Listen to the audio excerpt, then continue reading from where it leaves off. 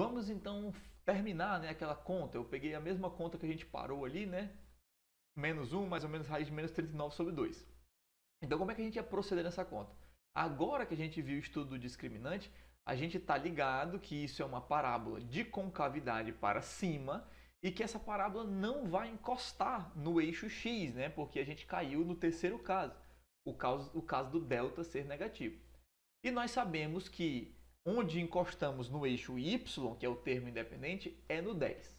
Agora a pergunta é, será que ela está exatamente assim, ó, no 10, cortada bem no meio? Né? Será que o eixo y corta ela bem no meio? A gente já sabe responder essa pergunta. Não, né? Porque quando o eixo y corta a parábola bem no meio, é quando o meu b é igual a zero. Só que o meu b não é zero aqui.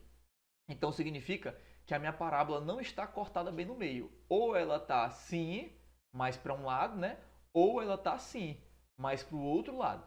Mas definitivamente ela não está bem no meio. E aí, como é que eu tiro a dúvida se ela está para o lado direito ou para o lado esquerdo? Então, quem tira essa minha dúvida é o x do vértice da parábola. Quem é o x do vértice? X do vértice, que é menos b sobre 2a, então vai ser menos meio. Então significa que a bunda da minha parábola, o x dela é menos meio. Então significa que essa minha parábola ela está assim, né? Ela está desse jeito aqui, cortando no 10. E eu sei que a bunda dela aqui, ó, encosta no menos meio. Show de bola? Se você quisesse descobrir o y do vértice, né? Aí você jogava lá na parábola menos meio, mas como a gente já calculou, né, o delta, a gente sabe que o y do vértice é menos delta, então vai ser menos 39 dividido por 4. Né? Então seria esse valor aqui 39 sobre 4, né? Que aí teria que dividir isso aqui, ia dar 9, alguma coisa, né? 9, alguma coisinha, quase 10, né? Quase 10. Então seria assim que a gente construiria o gráfico dessa parábola. Veja que ele é um gráfico meio diferentão já, né? E agora o terceiro caso, né? Vamos fazer o terceiro caso aqui. Então, você poderia deduzir, né, que esse aqui é o caso do delta igual a zero, né? A gente pode calcular que o delta é o b ao quadrado, que é 6 ao quadrado, né? Menos 4 vezes a vezes c.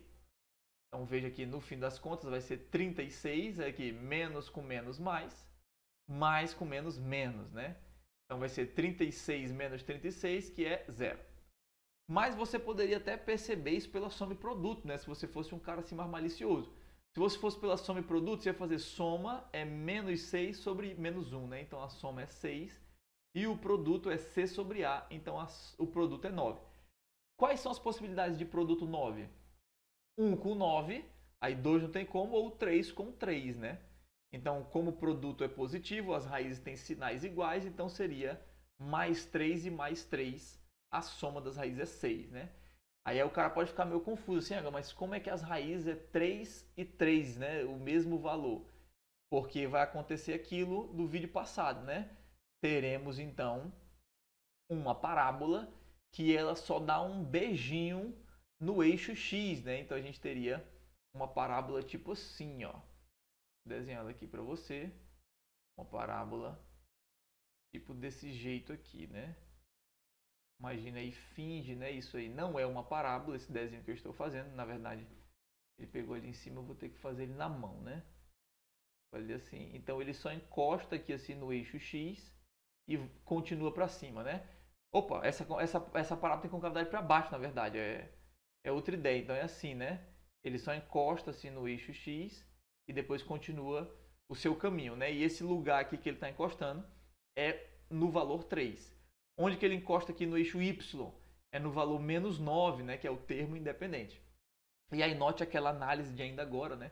Veja que a bunda, que é o vértice, está bem em cima das raízes, né?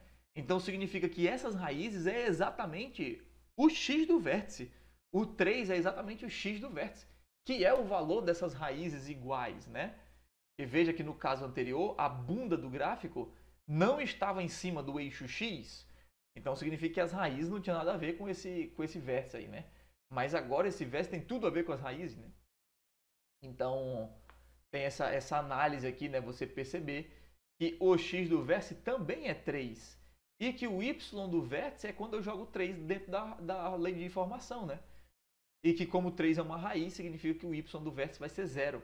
Esse ponto aqui, que é o vértice, é exatamente o ponto 3, 0. Né? Então tem essa outra análise aí.